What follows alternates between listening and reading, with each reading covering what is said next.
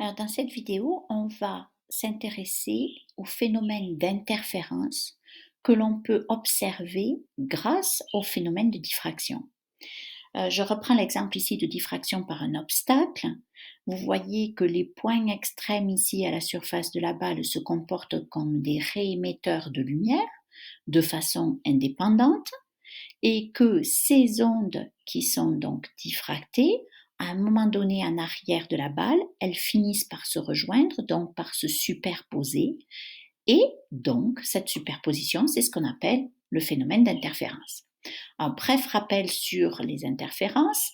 Quand c'est que des interférences sont constructives, quand les ondes qui interfèrent, donc qui se superposent, sont en phase, c'est-à-dire que leur crête et leur creux arrivent en même temps, au même endroit.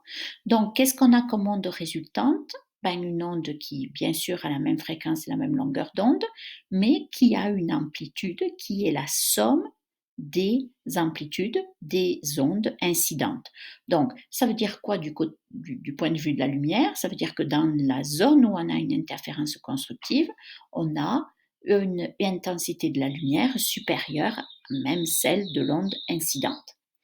Quand c'est qu'une interférence est destructive, eh bien, il faut qu'il y ait un décalage entre les ondes et qu'une crête arrive exactement en même temps qu'un creux de la deuxième onde. À ce moment-là, quand vous faites la somme de tout ça à n'importe quel point, on obtient zéro. Qu'est-ce que ça veut dire du point de vue de la lumière? C'est que si des interférences destructives sont créées, on verra à cet endroit-là une zone sombre. Alors, quand c'est qu'on va avoir des interférences constructives? Quand le décalage de phase entre les ondes est un nombre entier de longueur d'onde, parce qu'à ce moment-là, on aura des crêtes en même temps, des creux en même temps.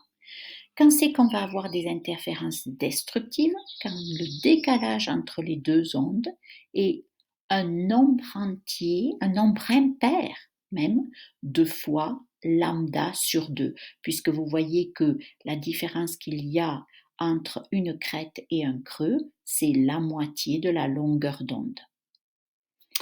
Voilà, donc c'est résumé ici. Interférence constructive, il faut qu'il y ait un décalage entre les ondes qui soit un nombre entier de longueur d'onde, et ici un nombre impair pour les interférences destructives, un nombre impair de fois lambda sur 2.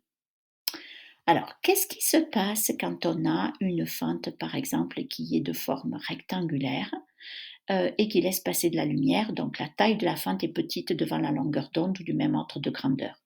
Vous voyez qu'on observe déjà de la lumière, donc le phénomène de diffraction de la lumière sur une longueur qui est bien plus grande que la largeur de la fente. Ce qui est intéressant, c'est que la fente éparpille la lumière dans une direction qui est perpendiculaire. Donc, la tache claire ici est à l'horizontale alors que la fente est verticale. Mais si on regarde ça d'une autre façon, un petit peu plus en 3D, on se rend compte que l'on a une grande tache claire, mais on observe aussi de part et d'autre de cette tache claire des zones sombres et à nouveau de part et d'autre une petite tache claire. Alors, on peut regarder ça sur une simulation pour comprendre ce qui se passe. On a une fente ici et vous voyez que les ondes donc émises par chaque point de la fente forment en arrière, si on se met très loin, une zone qui est très claire. Ensuite, suivi, alors c'est peut-être un défaut de la simulation, probablement, qui fait qu'ici on voit quand même deux zones sombres, et puis à nouveau une zone claire de part et d'autre de cette tache claire centrale, mais qui a une intensité lumineuse beaucoup plus faible. Alors, comment ça se fait? Parce que les ondes émises par chacun des points de la fente ici, elles interfèrent en arrière.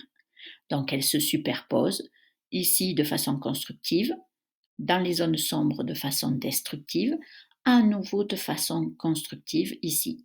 Donc, ce schéma explique pourquoi on voit une tache centrale claire, des zones sombres de part et d'autre, puis ensuite une petite tache claire de part et d'autre.